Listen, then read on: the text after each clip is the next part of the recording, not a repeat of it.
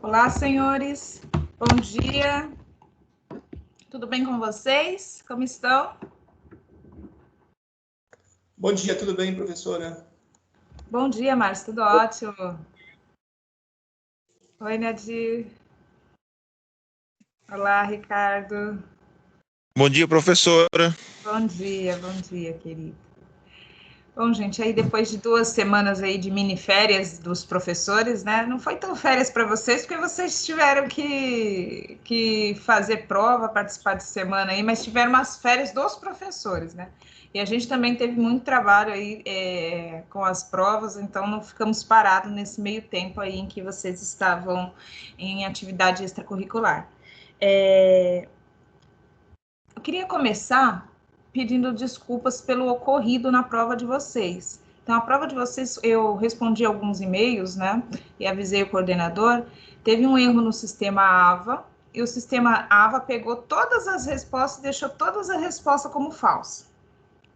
Aí, tanto eu, como a professora Marisa, o professor Renato, tivemos que, como nos valemos de questões que já estavam no banco de dados do AVA, tivemos que corrigir as provas manualmente, aluno por aluno, questão por questão, certo? Então, eu respondi alguns e-mails que chegaram até mim, e provavelmente vocês podem ter notado que a nota da prova de vocês, quando vocês terminaram, foi uma, e depois a nota mudou. Então, a nota subiu um pouquinho. Isso só aconteceu com vocês em metade da prova, tá? Só nas 10 primeiras questões, porque as outras 10 eram questões novas que eu tinha acabado de inserir, então não deu esse problema. Então, não houve tanta discrepância que nem houve uma outra turma que todas as questões eram do banco de dados. Aí foi um pouco mais tenso, certo? Aí eu queria começar hoje com vocês. Deixa eu só... falando um pouquinho da prova, da nossa prova. Se eu achar ela aqui. Só compartilhar com vocês o arquivo. Estão vendo aí um Excel?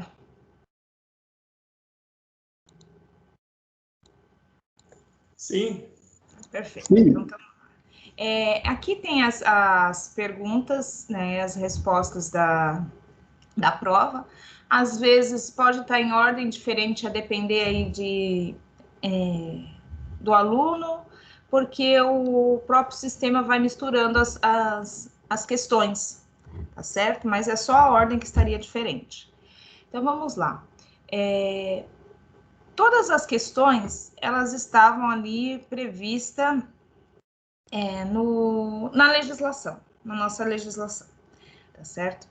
E algumas outras, se não me engano, uma ou duas, acho que só duas, que necessitaria de uma interpretação a mais ou necessitaria ter assistido a aula, tá bom?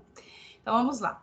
Primeira questão fala assim: a execução de título executivo judicial se dá em fase processual posterior à sua formação. Veja que é um título judicial, denominada processo de execução. Essa questão está errada, porque a fase posterior à fase judicial que faz o título executivo chama-se cumprimento de sentença. Aí é uma leitura conjunta do artigo 513 com o artigo 515, para que você saiba lá. O 515 fala assim: segue o procedimento contido nesse capítulo. Aí você tem que voltar no 503 para saber qual que é o procedimento. Aí começa o 503 falando, cumprimento de sentença, certo? Então, quando o título executivo é judicial, o procedimento chama-se cumprimento de sentença. Falso. Alguma dúvida? Então tá. Segunda questão. Bom dia, Luciana. Bom dia. Pois não? Deixa eu ver quem tá com a aba fechada. Oi. Pois Oi, não? bom Quem dia. é? Bom dia. Pois não? É o Marcos. Oi, Marcos. Pode falar. Então, Luciana, essa sua prova, ela não iria até o dia 23 agora? Não, dia 23 é o trabalho, não tem como a prova ser no dia 23. A prova foi geralzão, a mesma data para cada um. Para todos os professores, 48 horas a partir do dia 5, que já faz muito tempo que ela se encerrou. Dia 23 é o trabalho. Entendi. Tá? Que ainda está lá disponível para vocês. Não, até amanhã. bem. Tá bom? Então tá. Então vamos lá, continuando. Questão. Deixa eu só passar isso aqui para cá. Pronto. Questão 2. O fiador demandado pelo pagamento da dívida tem direito a exigir, até a contestação da lide, que sejam primeiros executados os bens do devedor. Isso é verdadeiro, tá? Isso está lá no nosso Código Civil, no artigo 827, que fala exatamente a mesma coisa, né? O fiador demandado pelo pagamento da dívida tem direito a exigir, até a contestação da lide, que seja primeiro executado os bens do devedor. Parágrafo único diz que o fiador que alegar o benefício de ordem, a que se refere esse artigo, deve nomear os bens do devedor citos no município, livre de desembargos, quantos bastem para solver o débito. Nós vimos esse assunto quando falamos lá de responsabilidade patrimonial, né? Quando falamos que os bens do devedor vão responder por pagamento do débito, salvo quando ele alega benefício de ordem, porque existem bens do devedor principal que podem ser executados. Certo? Então, foi na aula de responsabilidade patrimonial. Alguma dúvida?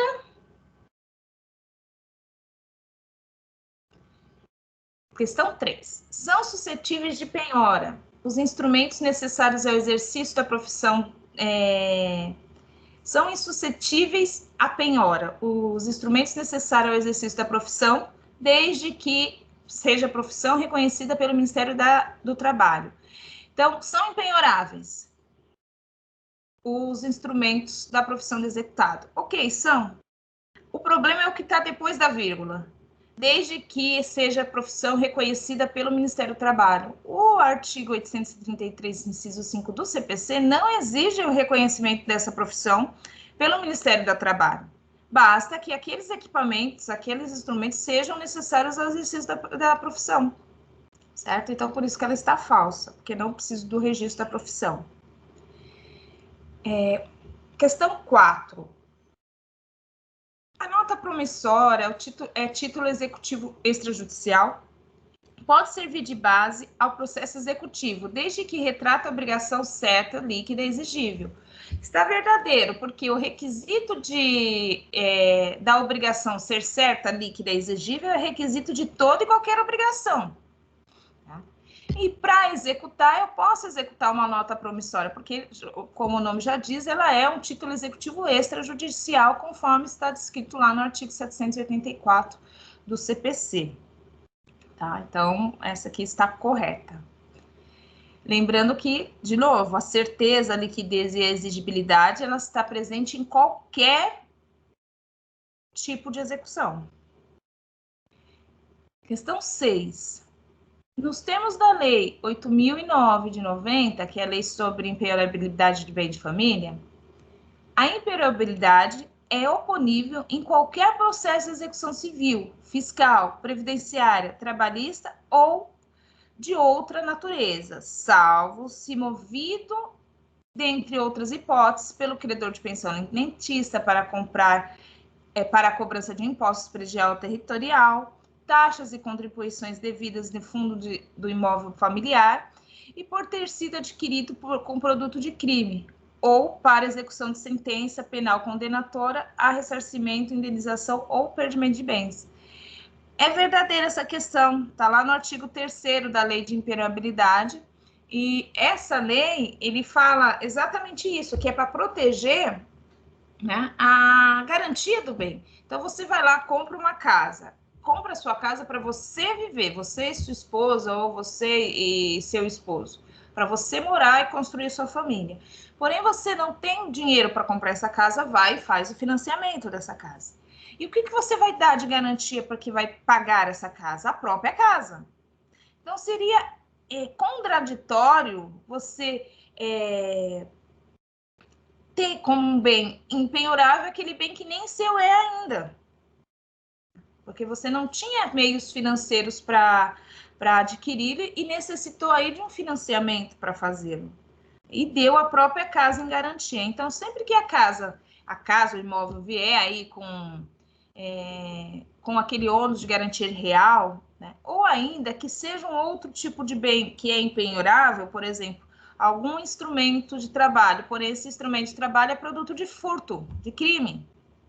Nessas hipóteses, é possível sim a penhorabilidade destes bens, certo? Então, a questão 6 está verdadeira, está literalmente de acordo com o artigo 3º da Lei 8.009 de 90. Questão 7. É lícito ao autor acumular várias execuções fundadas em títulos diferentes, sendo necessário, para tanto, apenas que o juízo competente seja o mesmo. Essa questão está totalmente errada, né? Porque tem outros requisitos para que possa acumular as execuções. Está lá no 780 do CPC, que diz assim: o exequente pode acumular várias execuções, ainda que fundada em títulos diferentes. Até aí, ok. Quando o executado for o mesmo, desde que para todas elas seja competente o mesmo juízo e idêntico o procedimento. Então, eu tenho aí 3 requisitos. Primeiro, preciso que o executado seja o mesmo. Segundo, eu preciso que para elas corra o mesmo juízo competente. Terceiro, eu preciso que sejam todas elas pelo mesmo procedimento, certo? Então, eu posso acumular desde que seja preenchido esses 3 requisitos e não só apenas o juízo competente. Por isso que essa questão está falsa. Questão 8. Suponha que Lucas possua R$5.000 depositados em caderneta de poupança. Nesse caso, segundo o CPC, tal quantia pode ser objeto de penhora. Está extremamente falso, porque está lá no artigo 833, inciso 10, que diz que são impenhoráveis a quantia depositada em caderneta de poupança até 40 salários mínimos. Então, ele só tem 5. Esses 5 salários mínimos, eles são considerados impenhoráveis. Então, a questão está falsa. Questão 9. A impenhorabilidade do bem de família abrange também o imóvel pertencente a pessoas solteiras, separadas e viúvas.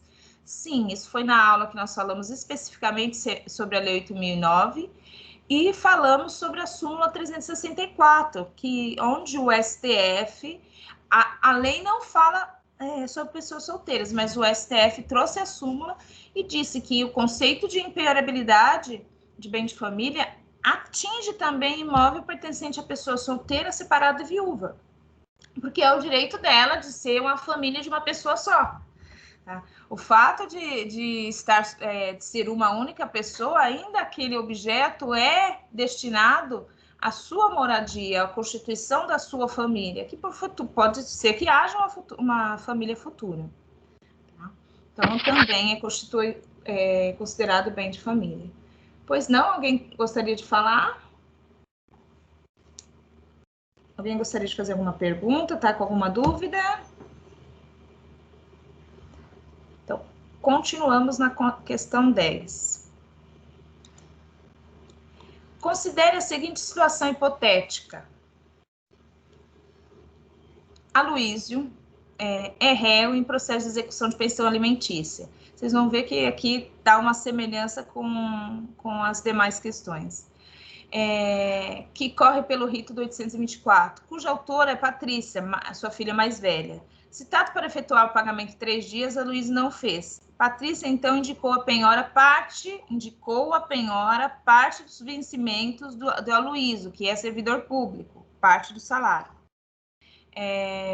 O juiz, contudo, não aceitou a indicação feita por Patrícia, com base no argumento do inciso 4, artigo 833, considera os vencimentos impenhoráveis. Nesse caso, o juiz agiu corretamente, haja visto o comando expresso do citado artigo. Por que essa questão está falsa?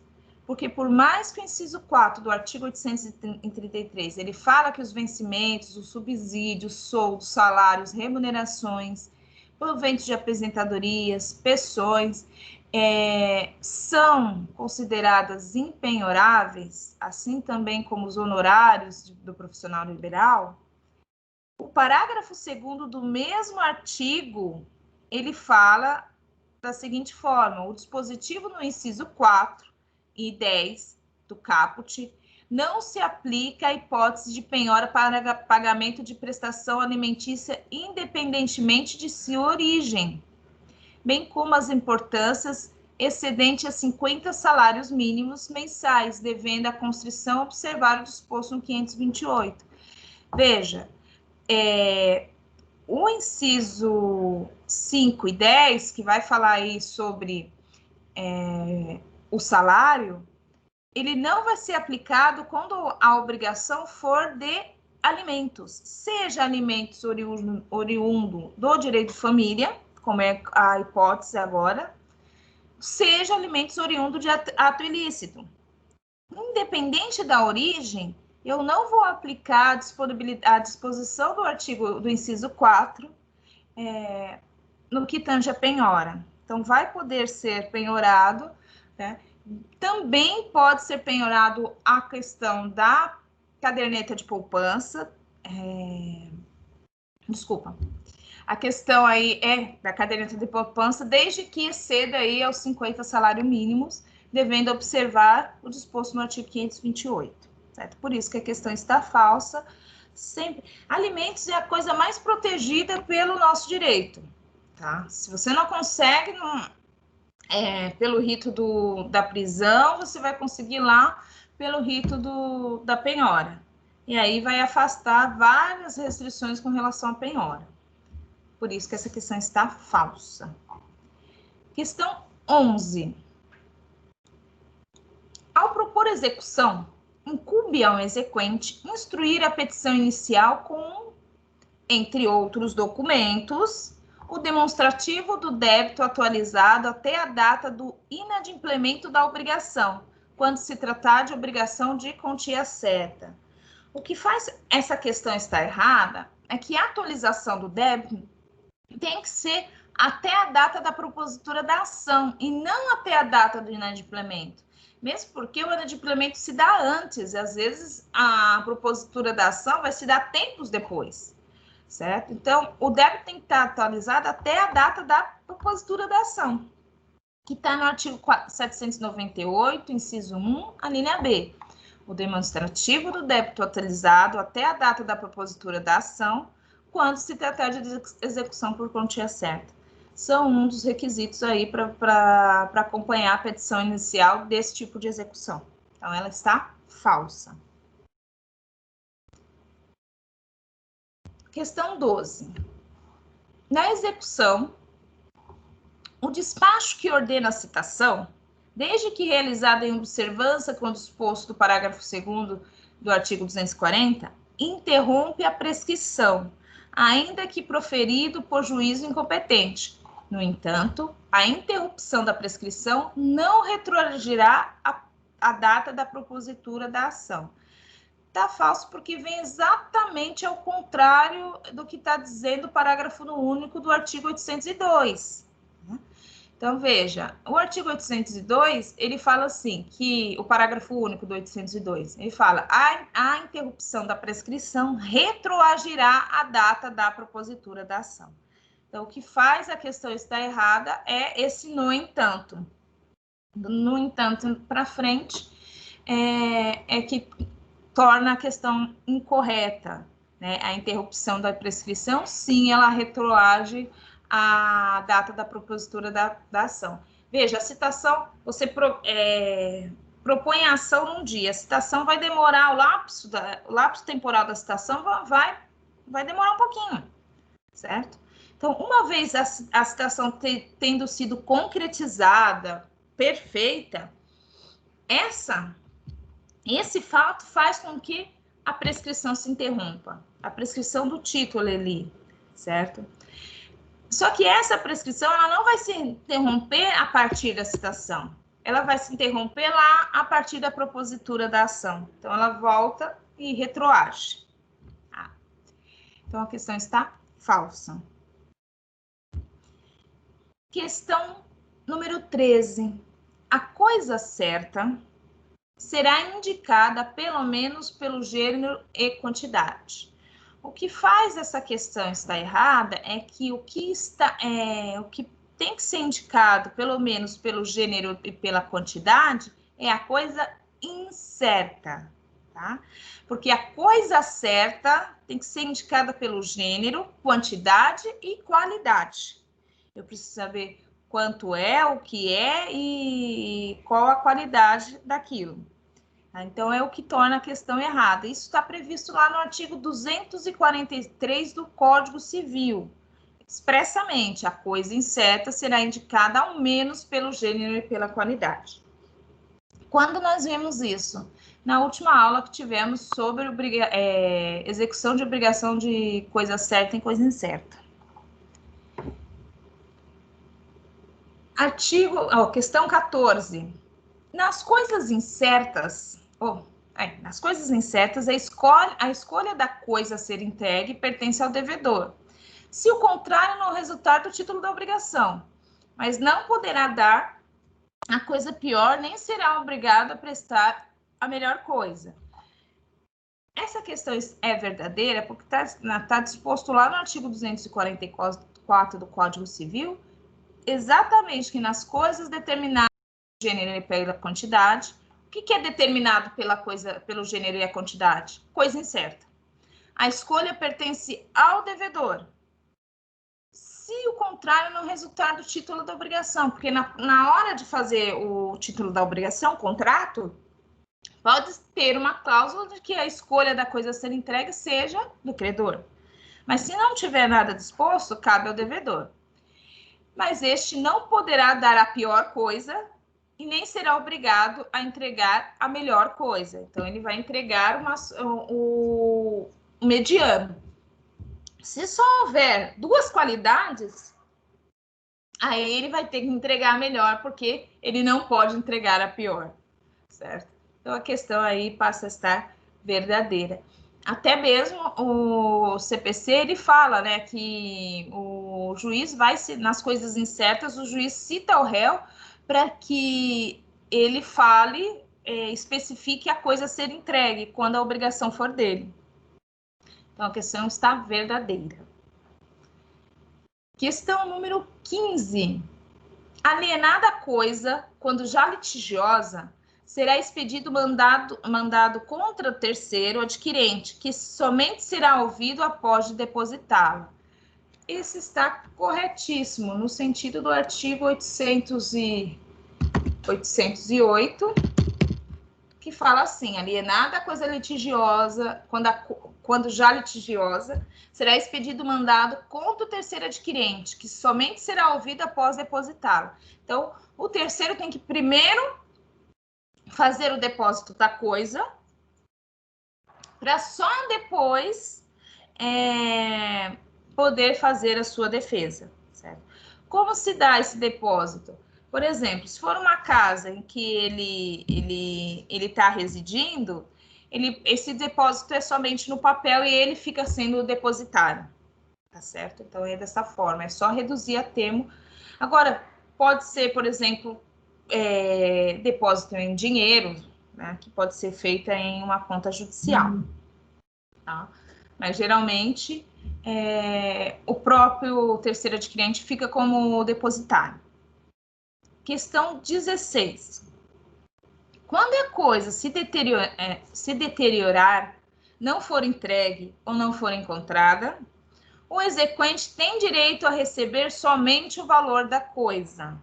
Está falso, porque ele tem mais a receber. Ele pode receber perdas e danos. Está no artigo 809 do CPC, que fala: o exequente tem direito a receber, além das perdas e danos, o valor da coisa.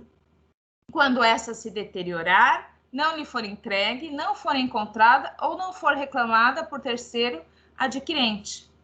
Então, veja que é perdas e danos e o valor da coisa, e não somente o valor da coisa. Por isso, a questão está falsa. Questão 16. Quando a coisa se deteriorar... Opa, isso aqui já foi. 17. A alienação em fraude à execução é ineficaz erga omnes. Nós falamos muito a respeito de fraude à execução e de fraude contra credores. A alienação em fraude à execução, ela é ineficaz somente contra o credor e não erga omnes, e não contra todos, tá? É somente contra o credor. Está previsto no artigo 792, parágrafo 1º, que diz assim: a alienação em fraude à execução é ineficaz em relação ao exequente. Só contra o exequente que não fará, que não terá eficácia. Tanto que no caso de uma futura aí, se acaso for leiloada, né, for essa coisa, e eu tiver um valor excedente, esse valor excedente eu não devolvo para o devedor. O valor excedente eu devolvo para o terceiro que comprou ali de boa fé, mas é fruto aí de uma fraude à execução, certo? Por isso que só faz coisa julgada com relação... só tem ineficácia com relação ao exequente. Com relação aos demais, a demais sociedade, inclusive ao devedor, é totalmente válida a alienação. Por isso que a questão está falsa. Questão 18. Nos casos de desconsideração da personalidade jurídica, a fraude à execução verifica-se a partir da citação do sócio ou proprietário, sobre o qual a desconsideração da personalidade recairá.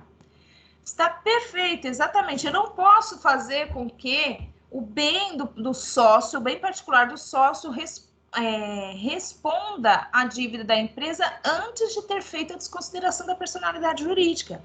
Por isso que a fraude à execução não retroage à citação, aos atos feitos antes da citação. Então, só vai ser considerado fraude à execução a partir do momento da citação. Se a partir do momento da citação o sócio começar a vender o seu patrimônio, aí sim configura-se fraude à execução. Isso está previsto no artigo 792, parágrafo 3º do CPC, que diz assim: nos casos de desconsideração da personalidade jurídica, a fraude à execução verifica-se a partir da citação da parte cuja personalidade se pretende desconsiderar. Porque antes da citação, o bem do sócio não estava respondendo essa obrigação, não estava sujeito à obrigação. Ele só vai estar sujeito após a citação. E mesmo porque o sócio nem pode não ter tido conhecimento aí da respectiva execução. Então, a questão está verdadeira. 19. Ao declarar a fraude à execução, o juiz não necessita intimar o terceiro adquirente, pois, se a coisa era litigiosa, já se presume a fraude. Está totalmente errado, porque as pessoas têm direito à contraditória e à ampla defesa, mesmo aquela que não é parte, mas foi atingida pelo processo. Então, o artigo 792, parágrafo 4º, diz assim: antes de declarar a fraude à execução, o juiz deverá intimar o terceiro adquirente que, se quiser, poderá opor embargos de terceiro no prazo de 15 dias. Então, ele tem direito ao seu contraditório e à ampla defesa, sim. Tá? E o juiz só pode declarar a fraude depois desse lapso temporal ultrapassado. Questão 20. Tanto na fraude contra credores quanto na fraude à execução, o devedor desfaz de bens do seu patrimônio, tornando-se insolvente. Aqui você faz uma interpretação dos artigos, tá? No Código Civil, no artigo 158, fala assim, ó: os negócios de transmissões gratuita de bens ou remissão de dívidas, se os praticar o devedor já insolvente ou por eles reduzido à insolvência, ainda quando ignore, poderão ser anulados pelos credores. Tá? Então, se vai reduzir a insolvência, aí é caracterizada a fraude contra credores.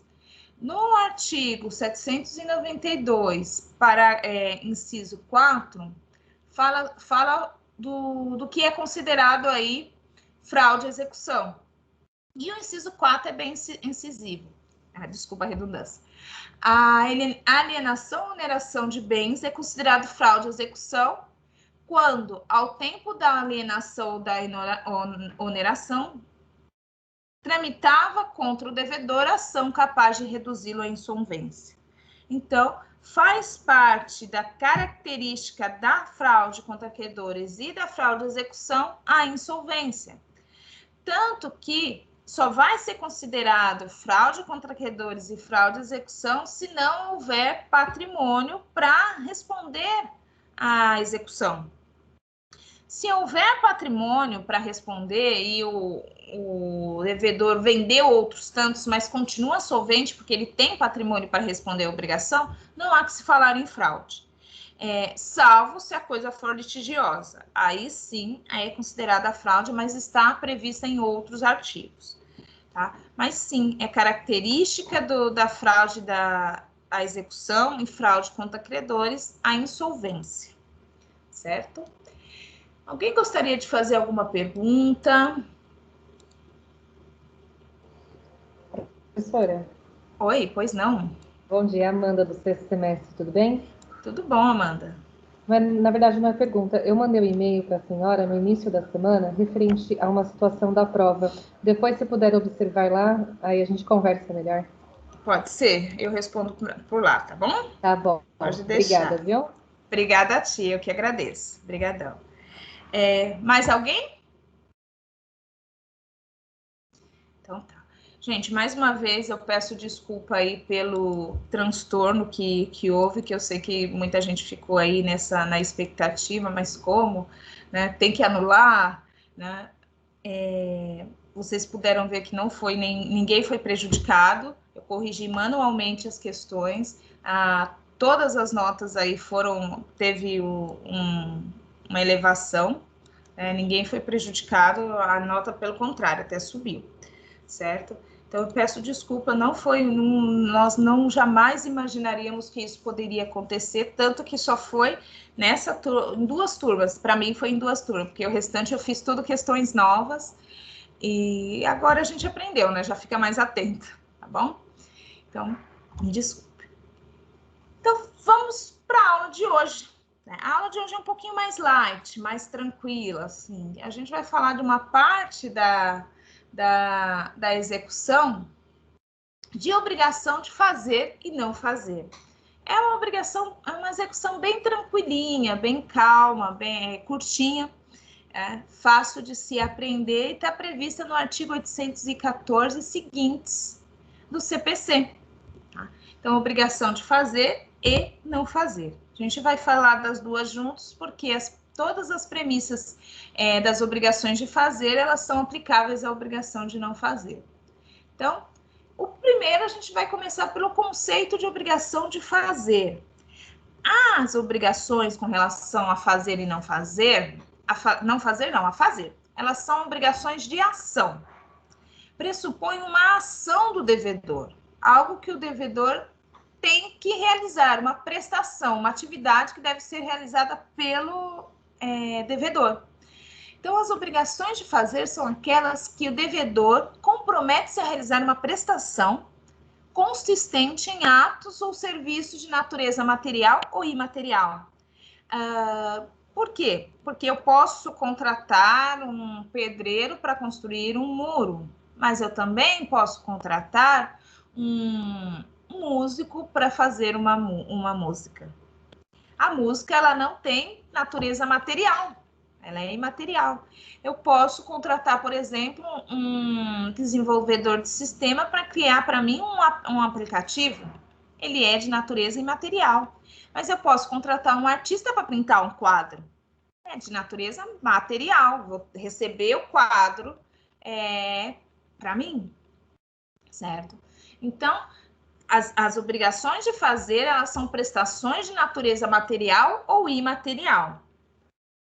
Porém, essas obrigações de fazer, tanto material como imaterial, elas são divididas, são classificadas em obrigações de fazer fungíveis e obrigações de fazer infungíveis. Fungível é a obrigação que você pode pedir para outra pessoa fazer. Então, pode subrogar outra pessoa para que ela o faça, né? Pode transferir. Então, eu contratei o João para fazer o encanamento da minha casa. O João pediu para que um funcionário dele viesse e fizesse o encanamento. Veja, eu não exigi que fosse o João. Eu contratei o serviço e no meu contrato não está falando que foi o João. Nesse caso, a obrigação ela é fungível, porque pode ser cumprida por qualquer pessoa. Tá? Então, qualquer pessoa está ali propícia a cumpri-la. As obrigações infungíveis já são aquelas que só pode ser cumprida pelo devedor. Então, vamos lá. Eu contratei o Patati Patatá para a festa de aniversário do meu filho, porque ele é fã do Patati Patatá. Então, tem que ser o Patati Patatá. Né? Especificamente no contrato é a pessoa do Patati Patatá. Certo? Então, não dá para ser um terceiro. Aí a obrigação torna-se infungível, tá? Que tem que ser realizado somente por aquela pessoa. Há também outras situações, por exemplo, você contrata um advogado fulano de tal, porque ele é perito em defesa criminal, ele é perito aí em tribunal de júri, e você quer que sua defesa seja realizada pelo doutor fulano de tal. Não quer uma outra pessoa. Então, você faz constar no contrato de honorários que a obrigação tem que ser cumprida exclusivamente por aquele profissional. Aí, trata-se de uma obrigação infungível, que só pode ser cumprida por aquela pessoa e por nenhuma outra. Tá. Tranquilo até aqui?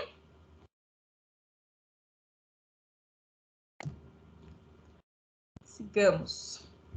Tranquilo. Obrigada. Então, por que é importante essa distinção? Tá? Porque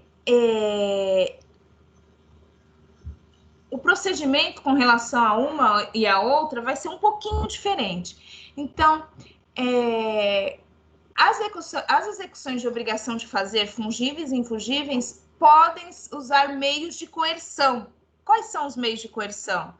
A imposição de multa, a majoração de honorários, mas somente as primeiras podem valer-se de meios de subrogação.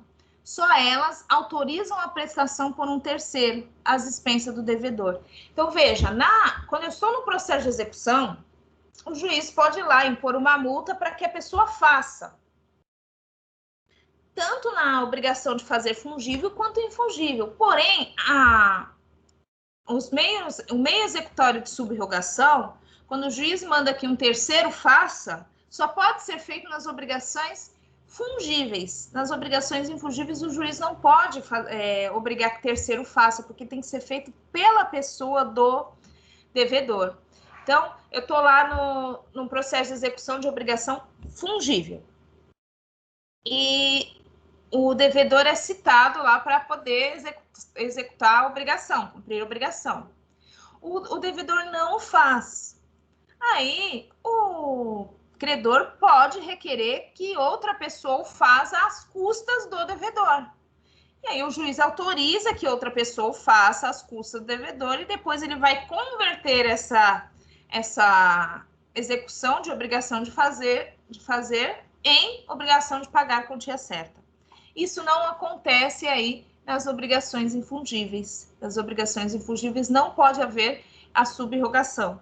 Então, no caso da negativa do devedor em fazer a obrigação, ela vai se reverter em perdas e danos. Então, não há meio aí de fazer a obrigação. Então, as obrigações infungíveis só poderão valer-se dos meios de coerção, e se eles se revelarem ineficazes, só restará a conversão em perdas e danos. Então, essa é a principal diferença.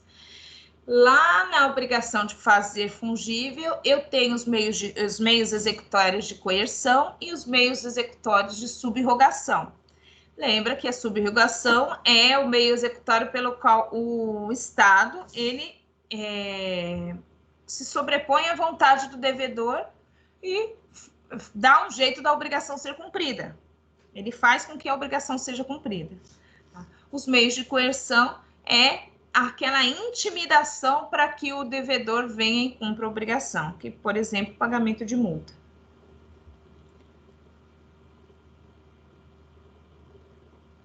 Tudo bem aqui? Fungível e infungível? Conseguimos compreender? Alguma pergunta?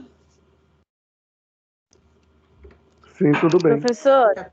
Oi, pois não. Professora? É Tainá ou Tainá? Tainá? Tainá. Ah, pois não. Isso. Eu fiquei um pouco meio confusa. Só poderia dar um exemplo para ficar um pouco mais claro? Eu fiquei meio confusa mesmo assim. Tá. Tem que prestar atenção na nomenclatura. Fungível é aquela obrigação que pode ser feita por qualquer pessoa. Você contratou um pedreiro para fazer aqui o muro da tua casa. Aí o pedreiro, né, manda o seu auxiliar vir para fazer o muro. Nesse caso, o muro pode ser feito por qualquer pessoa. Não tem necessidade de ser a pessoa que você contratou.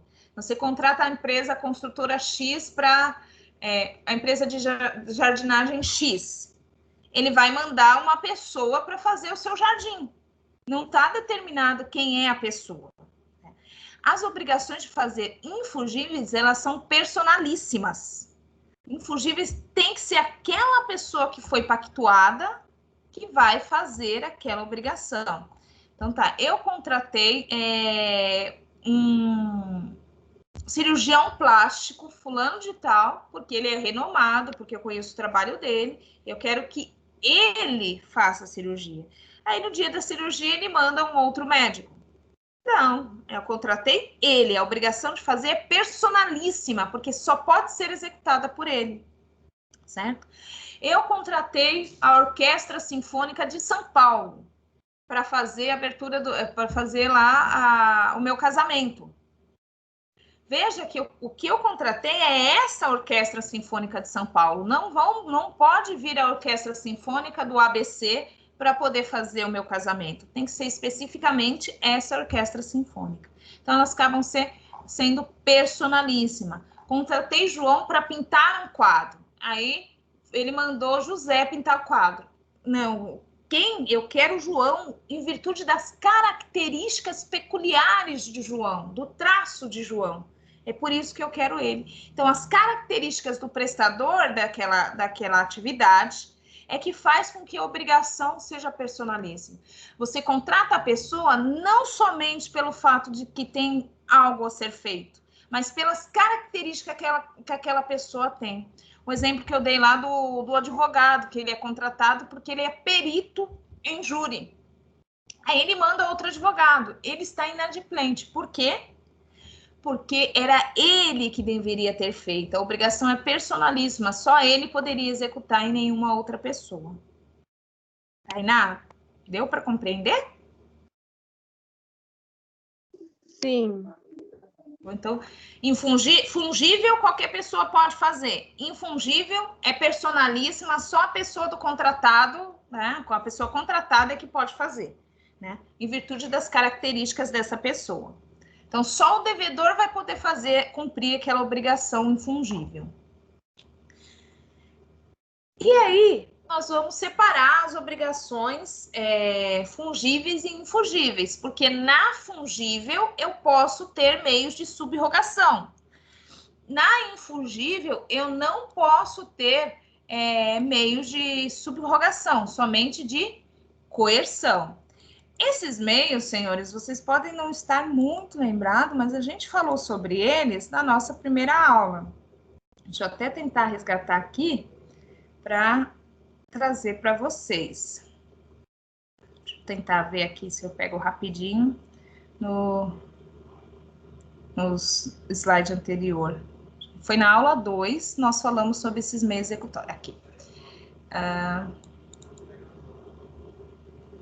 Vou colocar aqui para vocês, só para vocês lembrar que eu creio que não ficou muito claro essa parte de subrogação e de coerção.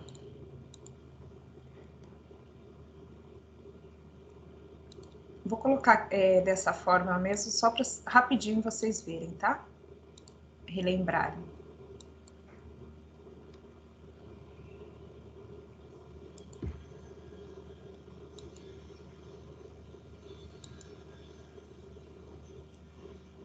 Acho que não foi ainda.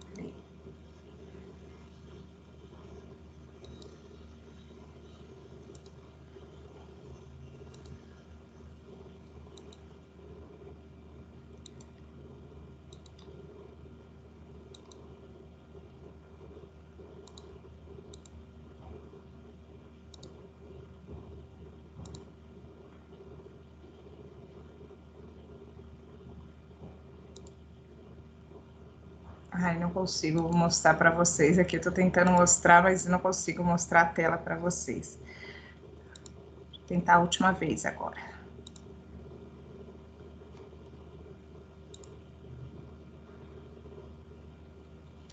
Não consegui mostrar para vocês. Vou tentar, então, colocar no slide seguinte. Talvez fica mais fácil.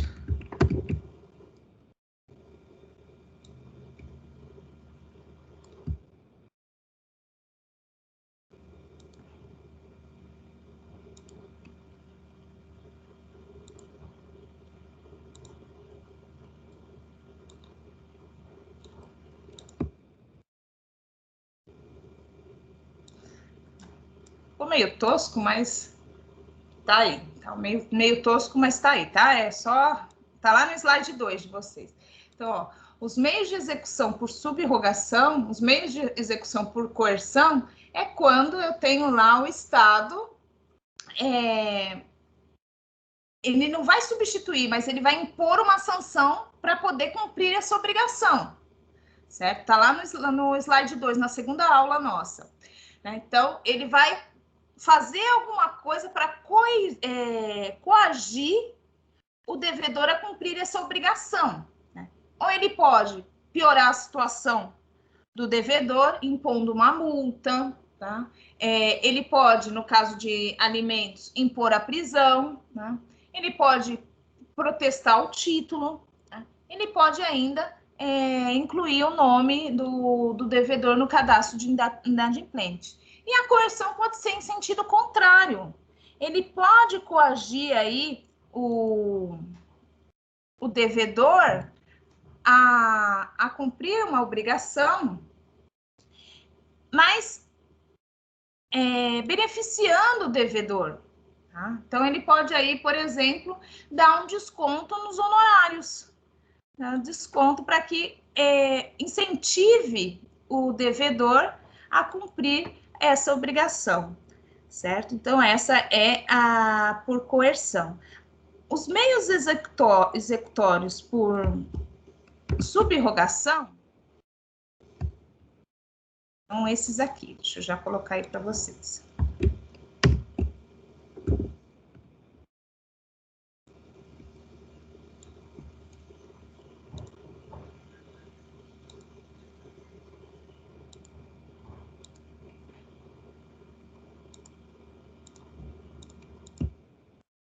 Esses aqui, tá? Então, a subrogação. Aqui na subrogação tem a substituição da vontade do devedor.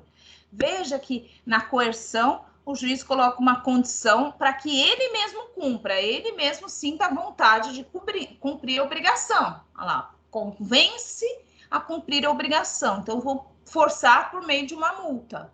Né? Na subrogação, o Estado, ele substitui a vontade, se subroga da vontade do devedor para poder satisfazer o crédito ali, né? a obrigação, né? Então, a penhora, expropriação de bem, depósito, entrega de coisa e, na obrigação de fazer, mandar com que terceiro faça. Essas são aí as obrigações, os meios executórios. Então, na obrigação de fazer fungível, tanto cabe a subrogação, quanto cabe a coerção. Tá? Então, a obrigação de fungível cabe os dois. Na obrigação de fazer infungível, só vai caber a coerção, não cabe subrogação. Por quê? Porque a obrigação é personalíssima. Certo? Alguma pergunta? Tudo bem até aqui? Tranquilo, professora. Então, vamos seguir. Então, o procedimento para obrigação, para execução de obrigação de fazer fungível. Tá? Então, você ingressa com uma petição, né? Na sua petição você vai lá colocar, anexar o seu título. A gente já viu o que tem que ter na petição inicial, né? Quando falamos lá na aula passada, nós falamos do que era geral a todas as execuções. Então, a gente tem a nossa petição inicial. A petição inicial vai estar acompanhada do instrumento que fala sobre a obrigação, né, do título executivo, né, geralmente um contrato, por ser uma obrigação de fazer. Tá? E você faz a petição, a protocolo dessa sua petição. O juiz vai receber essa sua petição e vai mandar citar o réu. Tá? Quando ele manda citar o réu, o exequente, o executado, o devedor, ele vai passar a existir dois prazos, tá? Dois prazos. Um prazo é o prazo que o juiz dá para que a obrigação seja feita, porque às vezes é uma obrigação que demanda tempo, que não dá para ser feito em 15 dias, que exige meses para ser feito. Então, o juiz já determina no despacho da inicial, no despacho da citação, o prazo para que o devedor cumpra a obrigação. Tá? Que nem sempre é o mesmo prazo para o devedor apresentar o seu embargo, tá? Apresentar sua defesa. Então, numa obrigação de fazer fungível, correm dois prazos. O prazo determinado pelo juiz para que ele venha e cumpra a obrigação, e no mesmo despacho vai ter um outro prazo, mas aí fixo de 15 dias, para que o devedor apresente a sua defesa em forma de embargos, né? E esse prazo, ele vai correr independente se o devedor cumprir ou não a obrigação. Veja, se ele estiver cumprindo a obrigação, mas vir e quiser opor embargos, ele pode. Se ele não cumprir a obrigação, mas opor embargos, também pode. Né? O que não pode é esperar cumprir a obrigação para opor embargos, porque esse prazo de embargos de 15 dias, ele é prescricional, né? Ele prescreve. Se você não utilizou, você não vai mais poder fazê-lo. Acabou, só tem 15 dias úteis para fazê-lo. Tá? Então, corre esses dois prazos para o devedor, um para ele fazer e outro para ele se defender. Isso está no artigo 815 do CPC, que vai falar assim: quando o objeto da execução for obrigação de fazer, o executado será citado para satisfazê-la no prazo que o juiz lhe designar, se outro não estiver determinado no título executivo. Então, o juiz vai citar, né? E na citação ele vai determinar lá um prazo para que ele possa fazer a obrigação. Esse prazo é a critério do juiz, porque vai depender do que tem que ser feito. Às vezes é construir uma casa, não dá para construir uma casa em 15 dias. Às vezes é pintar um muro. Um muro dá para ser pintado em 15 dias, ou em 20, ou em mês. Mas a depender da obrigação de fazer, é que o juiz determina aí o prazo para que ela seja feita. O prazo para opor embargos é único, já é previsto no CPC, é um prazo legal de 15 dias. Então, esse prazo de defesa vai ser o mesmo para todos.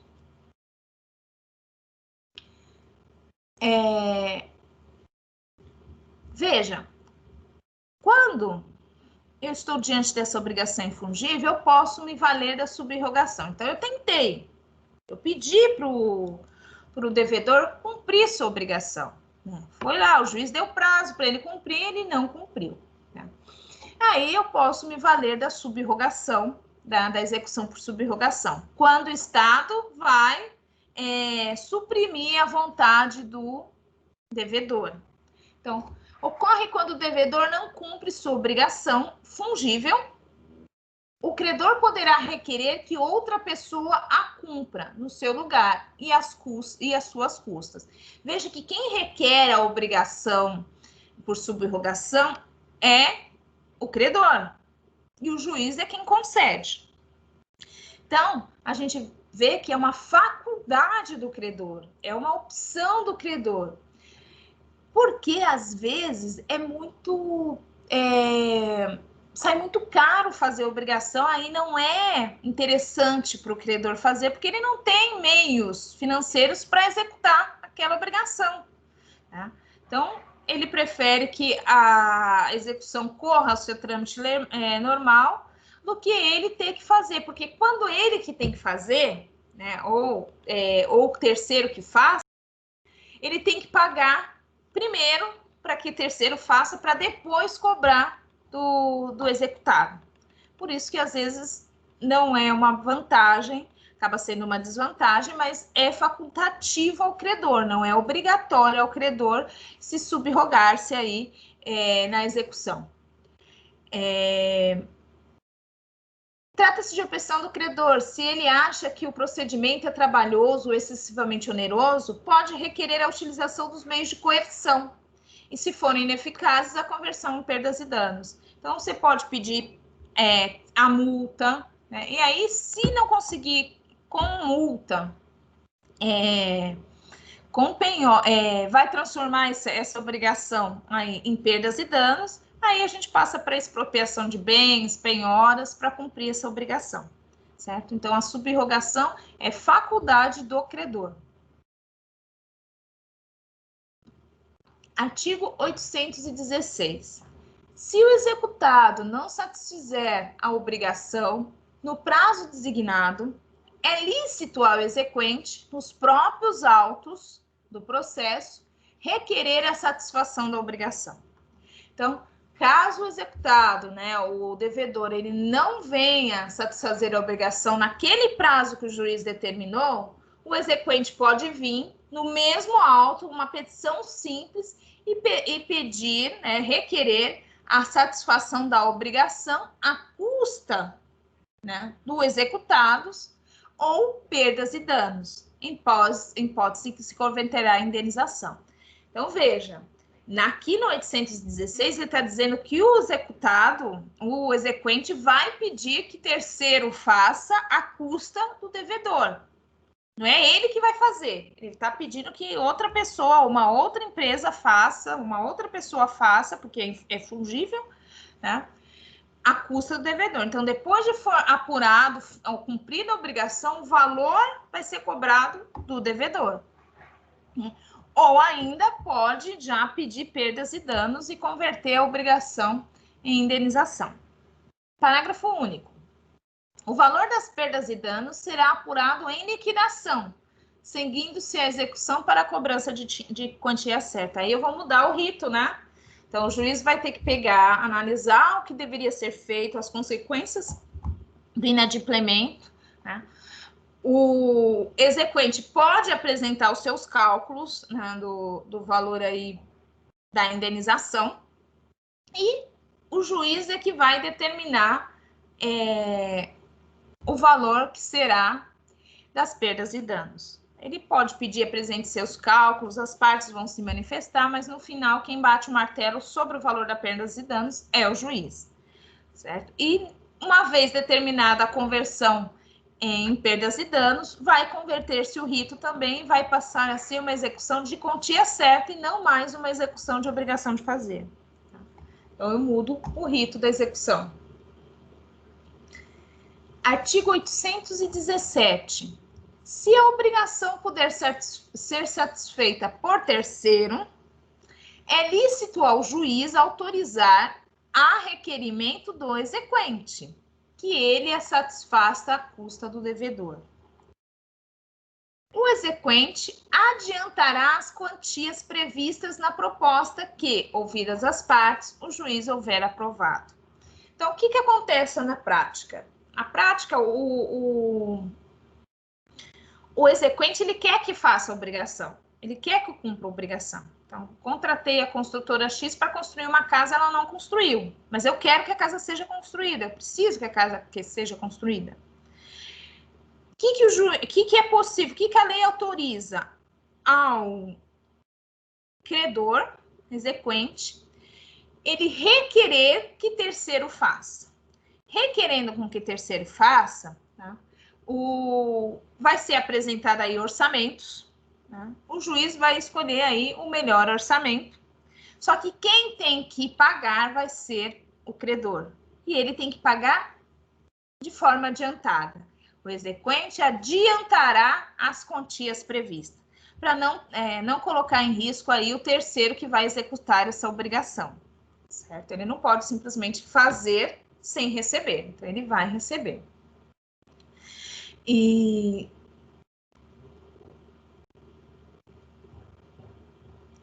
veja que sempre quando houver a situação de terceiro vindo cumprir uma obrigação, o juiz vai ouvir as partes, né, e depois ele aprova quem vai ser o terceiro a cumprir essa obrigação.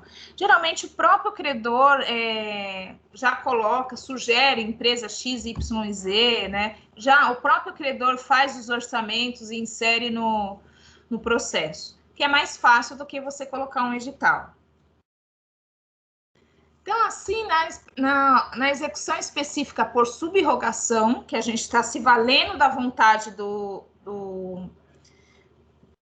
da redução da vontade do executado, o juiz nomeará a pessoa idônea que possa prestar o fato às custas do devedor.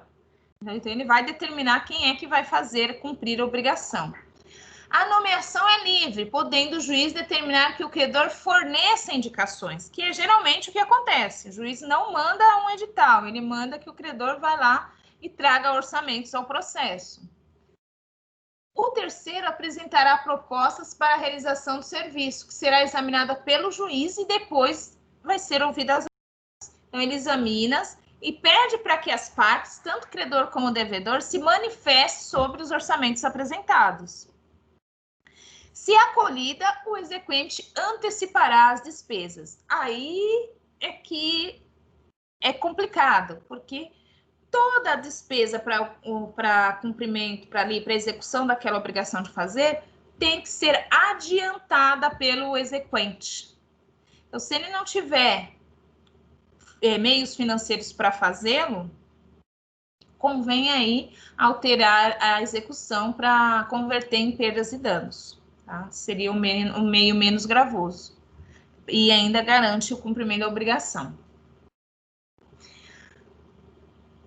Artigo 820. Se o exequente quiser executar ou mandar executar sob sua direção e vigilância as obras e os trabalhos necessários à realização da prestação, terá preferência, em igualdade de condições de oferta, em relação a terceiro. O direito de preferência deverá ser exercido no prazo de 5 dias após aprovada a proposta de terceiro. Então, vamos lá. Apresentadas as propostas, né, o exequente fala assim, não, eu mesmo quero fazer. E ele faz a sua proposta. Então, ele vai ter preferência em relação aos demais. Só que ele precisa exercer esse direito de preferência no prazo de 5 dias após aprovada a proposta de terceiro.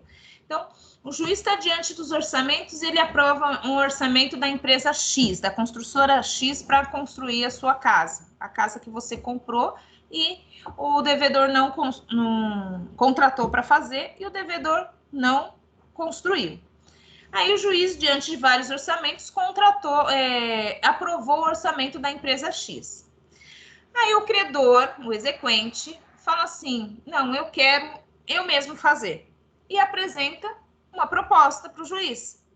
O juiz vai analisar essa proposta e aí vai determinar, vai julgar se ele concede ou não o direito de preferência ao exequente. Lembrando que essa proposta tem esse direito de preferência, tem que ser exercido até 5 dias depois da aprovação da proposta de terceiro. Perguntas até aqui?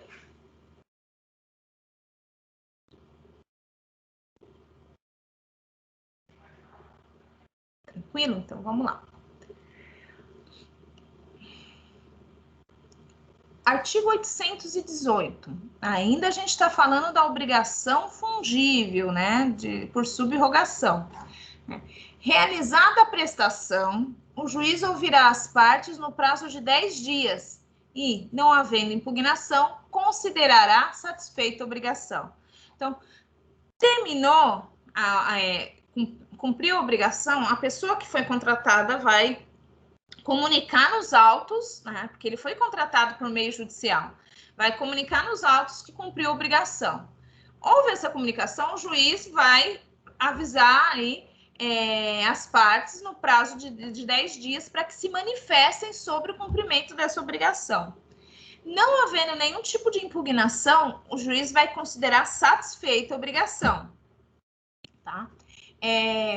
Da mesma forma, aplica-se esse artigo quando a obrigação é feita pelo próprio devedor, naquele prazo. Né? O juiz deu prazo de 30 dias para ele cumprir a obrigação. Ele cumpriu a obrigação, aí o juiz intima a parte contrária para impugnar, caso a obrigação tenha sido mal feita. Se não fizer, vai dar como satisfeita a obrigação. Então, esse artigo 888 cabe nos dois casos, tanto a obrigação cumprida por terceiro, quanto a obrigação cumprida pelo próprio devedor. Parágrafo único. Caso haja impugnação, o juiz decidirá. Então, havendo impugnação com relação à realização da obrigação, o juiz vai ter que decidir sobre a questão da obrigação, da impugnação. Artigo 819. Se o terceiro contratado não realizar a prestação no prazo, ou se o fizer de modo incompleto ou defeituoso, poderá o exequente requerer ao juiz, no prazo de 15 dias, que o autorize a concluí-la ou a repará-la à custa do contratante. Veja que aqui já é uma relação jurídica dentro da relação jurídica. Então, eu comecei o processo contra exequente, executado e o juiz. Quando eu tenho a subrogação, eu tenho o exequente, eu tenho o terceiro contratado e o juiz. Porque esse terceiro contratado está cumprindo uma obrigação que era do devedor. Então, o Estado se subrogou da vontade do devedor, fazendo com que terceiro cumpra essa obrigação. Tá? Mas se esse terceiro, veja, uma relação jurídica dentro de uma outra relação jurídica, se esse terceiro cumpriu a obrigação, mas de forma incompleta, defeituosa, ou até mesmo não cumpriu a obrigação, o exequente tem 15 dias aí para requerer o juiz para que ele mesmo faça, mas aí à custa do contratante. Ele vai fazer, mas à custa do contratante. Ele vai concluir à custa do contratante e não do devedor. É óbvio que essa conta toda depois vai para a conta do devedor, mas ali para resolver a obrigação, que agora quem vai cumprir é o terceiro, para resolver a primeira questão, que é a questão da obrigação, o exequente ele pode sim terminar de fazer aquilo que o contratado não fez. Parágrafo único. Ouvido o contratante no prazo de 15 dias, o juiz mandará avaliar o custo das despesas necessárias e condenará a pagá-lo. Então, não é só porque o juiz autoriza que o exequente faça, que ele não vai ouvir o contratante. Contraditória e ampla defesa, ela é um dos princípios da execução. Então, todos os envolvidos vão ser ouvidos. E, nesse caso, o contratante vai ser chamado, sim, para poder ser ouvido no prazo de 15 dias. Ouvido ele, aí o juiz vai mandar avaliar o custo da despesa, inclusive ele pode até mandar um perito avaliar, tá? E vai condenar o contratado ao pagamento dessas despesas.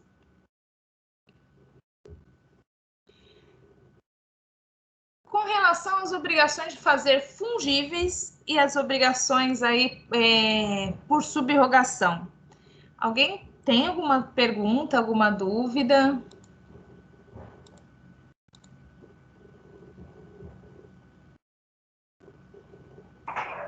Não, por hora não. Tranquilo? Tá certo, então. Deixa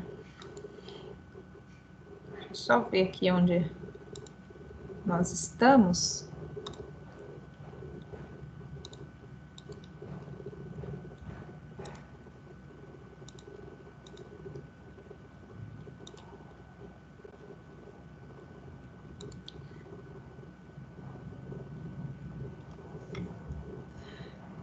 Senhores, eu tenho aqui só mais 10 slides para acabar a aula de vocês, tá bom? Então, eu vou tocar direto, que a gente termina aí mais uma meia hora, uns 40 minutos, tá? Que aí não tem esse quebra do intervalo, tá bom? Então, a gente vai agora para a obrigação de fazer... Oi, Marcos. Oi. No término da aula, a senhora pode me dar alguns minutos para eu fazer alguns questionamentos, mas não é referente à matéria que está sendo dada, não. É referente a algumas questões de pontuação aqui de nota no AVA. É possível? Pode deixar, a gente conversa no final. Só me lembra, tá? A palavra, não. Tá? Me lembra, tá? Obrigada. Sem problema, obrigado. Vamos lá. Obrigações de fazer infungível. Então, a gente tem... Vamos recapitular o que vimos até agora. A gente tem a obrigação de fazer e obrigações de fazer que podem ser feitas por qualquer pessoa, que são as fungíveis, e as obrigações de fazer personalíssimas, que são as infungíveis. Nas obrigações de fazer fungíveis, eu posso me valer da coerção, que é a imposição de multa para coagir o devedor a cumprir, ou posso me valer dos meios executórios de subrogação, que são meios onde o Estado se sobrepõe à vontade do devedor e cria um meio para que a obrigação seja cumprida, certo? Esses meios executórios de subrogação não cabem quando a obrigação de fazer é infungível, porque só pode ser realizada por aquela pessoa, não pode ser realizada por um terceiro. Tá? E o procedimento está previsto no artigo 821, que ele vem dizendo da seguinte forma: na obrigação de fazer, quando se convencionar que o executado a satisfaça pessoalmente, obrigação de fazer infungível, o exequente poderá requerer ao juiz que lhe assine prazo para cumpri-la. Então, o prazo vai ser o mesmo. O juiz vai ter, o devedor vai ter o prazo para cumprir a obrigação e prazo para opor embargos, tá? O mesmo prazo.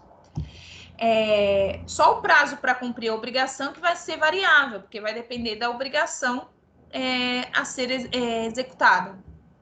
Parágrafo único. Havendo recusa ou mora do executado, sua obrigação pessoal será convertida em perdas e danos, caso em que se observará o procedimento de execução por quantia certa. Veja que o juiz ele até pode colocar multa para que o devedor aí de uma obrigação infungível ele venha e cumpra. Porém, ele não pode mandar que terceiro faça. Não há nem sequer essa possibilidade na legislação. Converte-se de pleno já em perdas e danos. Aí vai ter a liquidação desse valor. Aí eu converto o procedimento, deixo de lado a execução de obrigação de fazer e agora vai passar a ser uma obrigação de pagar a quantia certa. Tá? Então, vai mudar o procedimento. Como não há possibilidade de uso dos meios de subrogação nas obrigações de fazer infungíveis, o juiz utilizará os de coerção para pressionar a vontade do devedor e cumprir ele próprio a obrigação. Para tanto, poderá valer-se dos meios previstos no artigo 536, parágrafo 1º, que diz respeito às multas. Tá? Mas, se tudo for ineficaz, o devedor persistir na recusa, só resta a conversão em perdas e danos. E o artigo 536 traz para nós a seguinte premissa. No cumprimento de sentença que reconheça a exigibilidade de obrigação de fazer ou não fazer, o juiz poderá, de ofício ou requerimento, para efetivação da tutela específica ou obtenção da tutela do resultado prático equivalente, determinar as medidas necessárias à satisfação do exequente. Parágrafo 1º. Para atender ao disposto nesse caput, o juiz poderá determinar, entre outras medidas, a imposição de multa, a busca em apreensão, a remoção de pessoas e coisas, o desfazimento de obra, o impedimento de atividade nociva, podendo, caso contrário, requisitar inclusive auxílio policial, né, quando for o caso. Por exemplo, uma obrigação de fazer aí que nós tivemos que requisitar auxílio policial foi na década dos anos 2000, né? Teve uma campanha do Estado de São Paulo com processos para a erradicação de uma doença cítrica, né, chamado cancro cítrico, e onde obrigou aí todos os produtores que tivessem pé de laranja, seja um produtor, seja uma pessoa física, tendo pé de laranja ou qualquer cítrico contaminado no seu quintal ou na sua propriedade rural, teria que ser erradicado, teria que cortar. Então, foi uma obrigação imposta naquela época. E muitos não fizeram, teve que ingressar com ações, o Estado teve que ingressar com ações de obrigação de fazer, né? Aí, qual era a obrigação de fazer? Cortar as plantas. E muitos não fizeram. Aí, como o Estado, foi o Estado, tá? O Estado de São Paulo tinha poder de polícia, né? Foi autorizado, o Estado requereu que ele mesmo fizesse, né? Ele mesmo cortasse, foi autorizado o Estado a cortar. E, para tanto, foi requisitada a força policial para permitir que os funcionários do Estado, ali, da Secretaria de Defesa de Agricultura, ingressassem nas propriedades. Então, foi um cumprimento de uma obrigação aí com a requisição de força policial, tá? Justamente porque precisava entrar na residência para poder cumprir a obrigação. Tá? Mas todos esses meios que estão no parágrafo 1º são meios de coerção, que podem ser aplicados nas obrigações de fazer infungíveis. Só se pode falar em execução de obrigação. Agora a gente muda de assunto, tá? A obrigação de fazer é bem sucinta, né? Ou faz a coisa, não fazendo, converte perdas e danos. Perdas e danos é obrigação por quantia certa. O procedimento para obrigação de quantia certa a gente vai ver na próxima aula, porque ele é bem extenso e eu sugiro a vocês não perder, porque é bem complexo mesmo, que é onde entra a bendita da penhora, tá?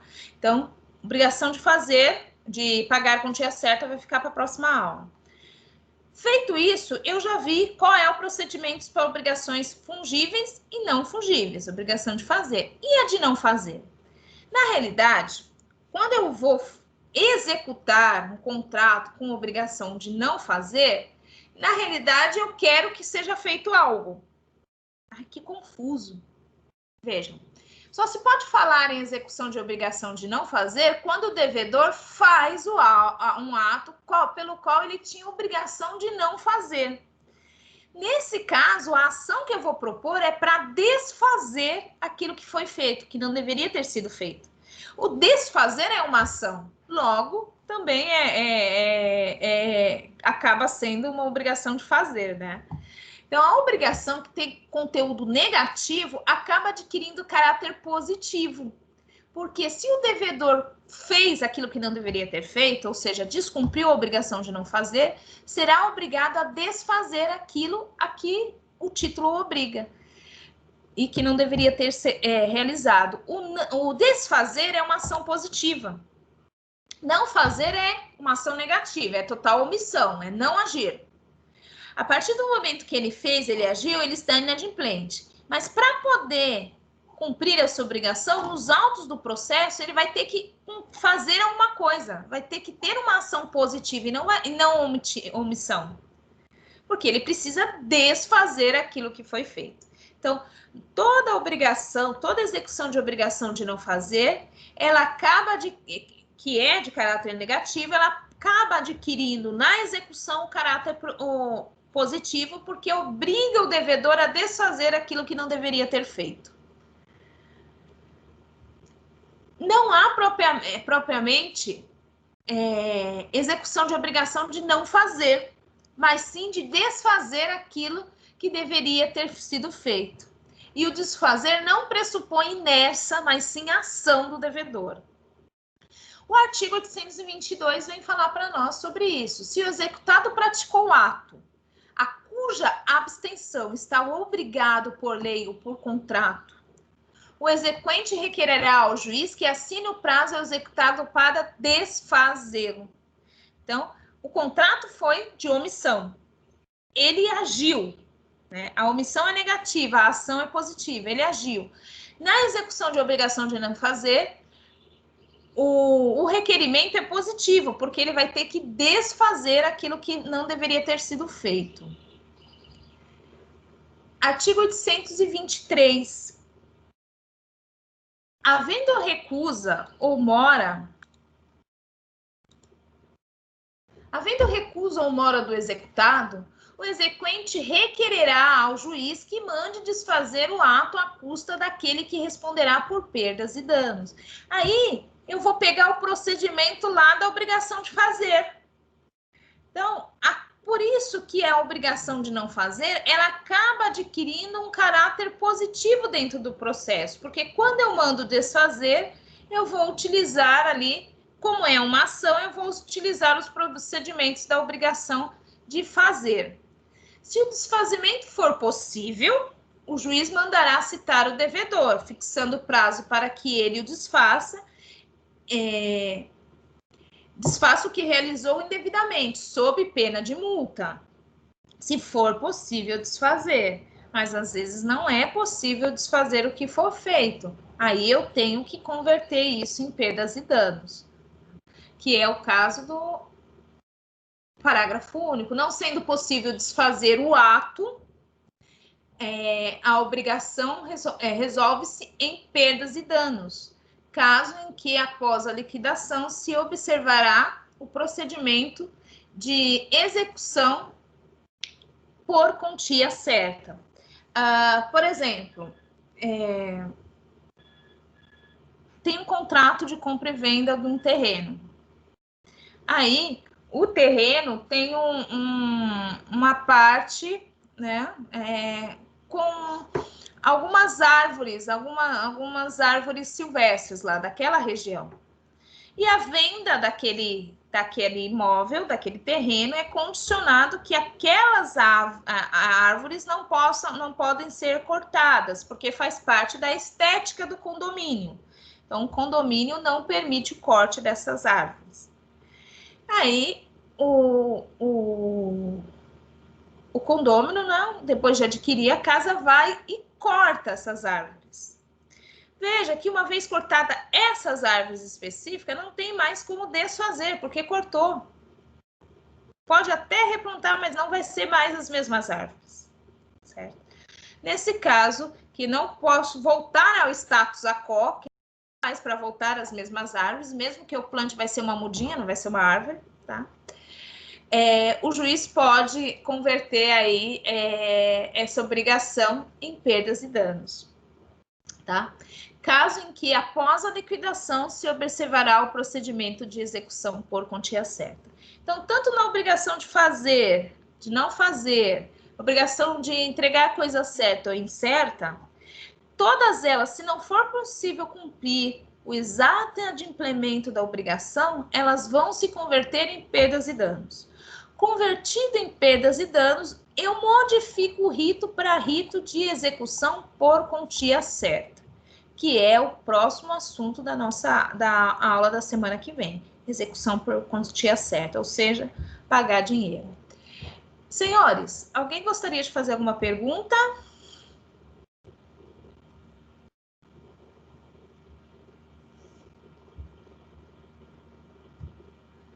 Tranquilo? Tranquilo, professor. Tá certo. Eu vou encerrando então por aqui, que eu tenho bastante conteúdo aí para vocês, certo? Vou disponibilizar o gabarito para vocês lá na mesma sessão que estava a prova, para caso alguém queira corrigi-la posteriormente ou estudar por ela. Então, ela vai estar disposta posteriormente. E eu vou encerrando a minha aula por aqui, tá bom? Agradeço a presença de vocês. Fica quem quer conversar comigo, tá, Marcos? E os demais já estão dispensados, tá bom, gente? Beijo. Obrigadão, tá? Até mais. Obrigado, professora. Até mais. Obrigada. Só um minutinho, Marcos. Bom dia. Obrigada, bom dia.